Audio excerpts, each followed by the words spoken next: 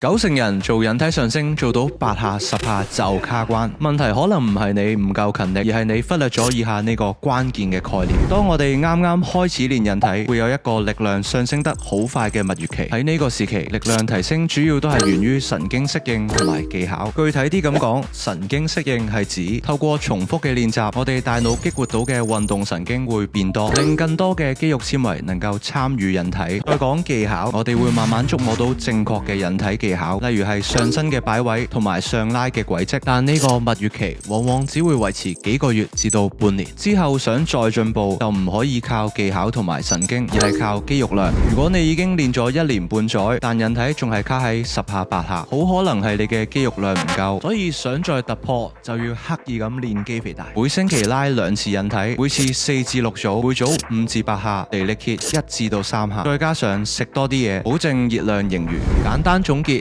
初期練引體係靠神經適應同埋技巧，而中後期就係靠肌肉量。中階之後，某程度你唔再係練緊引體，而係練背肌。